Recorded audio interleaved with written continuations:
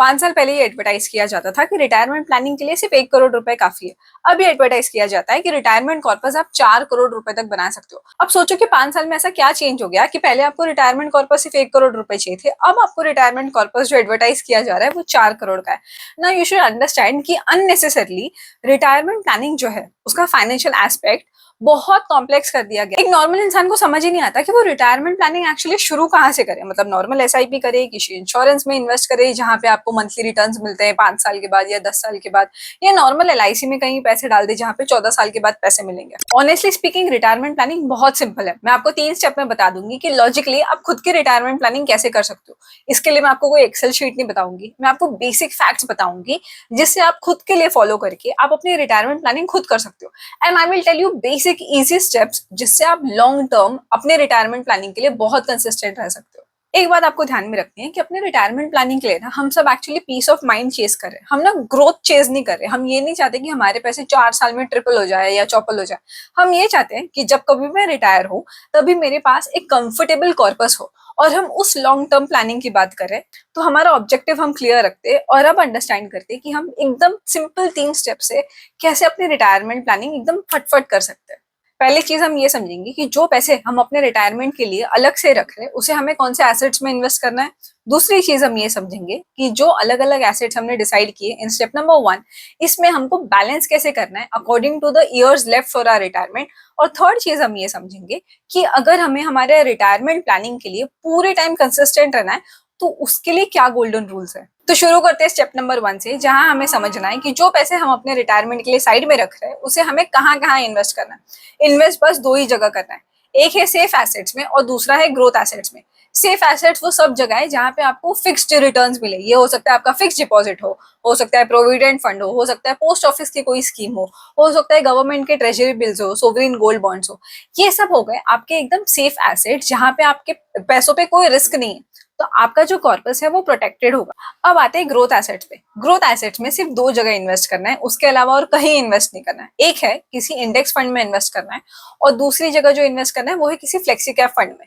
Index fund में invest करने से आपको नॉर्मल मार्केट में इंडेक्स का बेनिफिट मिलेगा, और अगर आप कोई फ्लेक्सी कैप फंड में इन्वेस्ट करते हो तो वहां आपको स्मॉल कैप, मिड कैप और लार्ज कैप तीनों टाइप की कंपनीज का बेनिफिट मिलेगा।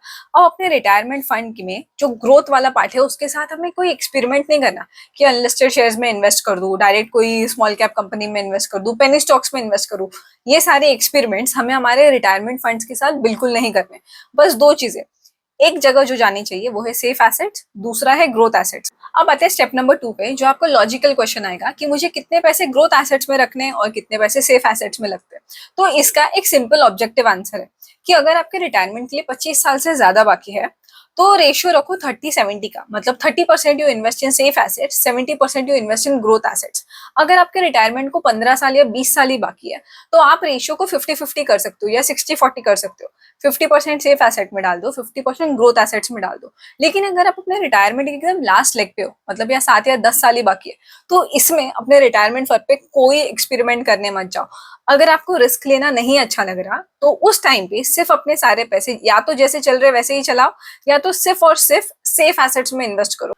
अब थर्ड स्टेप पे आते हैं कि हम अपने रिटायरमेंट प्लानिंग के लिए कंसिस्टेंट कैसे रहेंगे ना, क्योंकि जर्नी तो बहुत लंबी है। 25 साल की अगर जर्नी है तो इसमें हम कंसिस्टेंट कैसे रहेंगे। इंडिया का डेटा है कि 3rd ईयर में आते आते 75% लोग अपनी एसआईपीज बंद कर देते। तो रिटायरमेंट प्लानिंग होगी कैसे ही ना। अगर 10 लोग अपनी रिटायरमेंट प्लानिंग शुरू करते और उसमें से 75% लोग 3rd ईयर में आके अपना रिटायरमेंट फंड बंद कर देते, एसआईपीज ही बंद कर देते, तो रिटायरमेंट प्लानिंग होगी कैसे। और इससे बेटर आपके पास दूसरा ऑप्शन है ही कहाँ। डायरेक्ट स्टॉक इन्वेस्टिंग तो खुद में एक पीएचडी करने जैसा है।